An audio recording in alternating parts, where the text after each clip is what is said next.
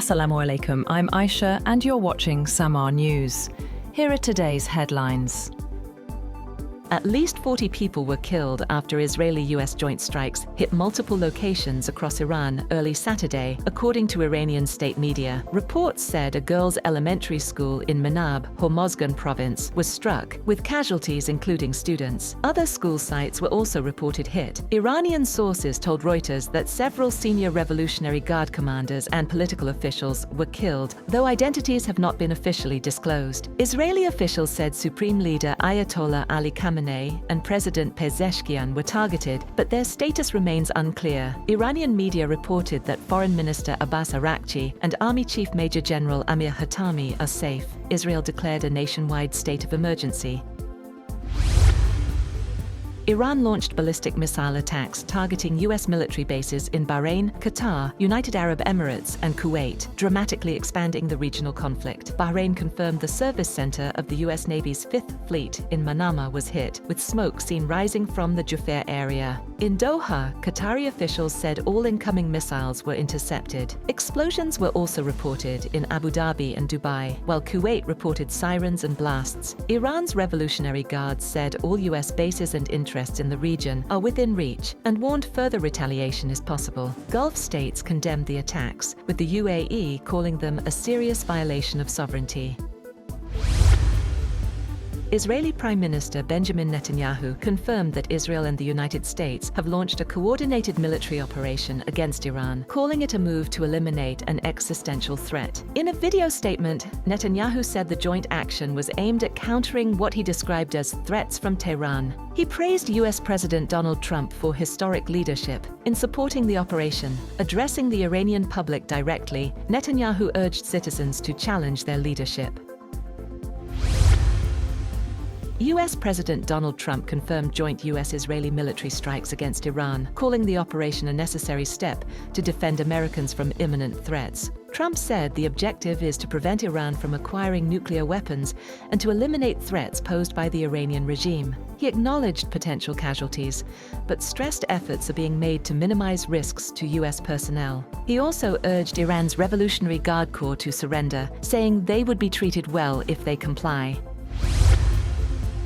Pakistan's military has launched large-scale operations under Operation Ghazab lil-Haq, striking Taliban positions across the Afghan border. Dozens of hideouts were destroyed, hundreds of operatives killed, and key posts captured. The Pakistan Air Force conducted raids at 29 locations in Afghanistan, targeting Taliban headquarters, ammunition depots, and checkposts in Laghman, Nangarhar, Kandahar, Kabul, and Paktika provinces, significantly weakening Taliban operational capacity. Pakistani forces captured 18 key Taliban posts, including positions near Shawal, Angor Adda, and Zamalan. Additional bases like Shipola Camp, Khyber Post, Kamisar Complex, and Dawood Post were destroyed. Infiltration attempts in Qilla Saifullah sector were foiled. According to officials, 331 Taliban operatives were killed, over 450 injured, 104 posts destroyed, 18 captured, and 135 tanks/armored vehicles destroyed.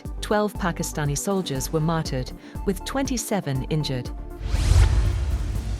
The United States has expressed support for Pakistan's efforts to defend its territory against Afghan Taliban attacks. Top U.S. officials emphasized Pakistan's sovereign right to protect its citizens amid the ongoing border conflict. U.S. State Department Undersecretary Alison Hooker tweeted that she had spoken with Pakistan Foreign Secretary Amina Balloch, offering condolences for lives lost and affirming support for Pakistan's defensive actions. Spoke today with Pakistan Foreign Secretary Balloch to express condolences for lives lost. We continue to monitor the situation closely and express support for Pakistan's right to defend itself against Taliban attacks, Hooker wrote. Earlier, US President Donald Trump praised Pakistan's handling of the tensions, saying the country is doing well with Afghanistan, and commending the leadership of Pakistan's Prime Minister and military chief, calling them two personalities that I really respect a lot. The Pentagon has officially designated Anthropic a supply chain risk to national security following a dispute with the Department of Defense over AI model usage. President Donald Trump directed federal agencies to phase out all Anthropic products within 6 months, stating on Truth Social, "We don't need it, we don't want it, and will not do business with them again." Secretary of Defense Pete Hegseth confirmed the designation, barring any contractor, supplier, or partner working with the US military from conducting business with Anthropic. The conflict arose after Anthropic refused to allow its AI to power mass domestic surveillance or fully autonomous weapons. CEO Dario Amodei reaffirmed the company's stance, pledging to assist a smooth transition if offboarding proceeds.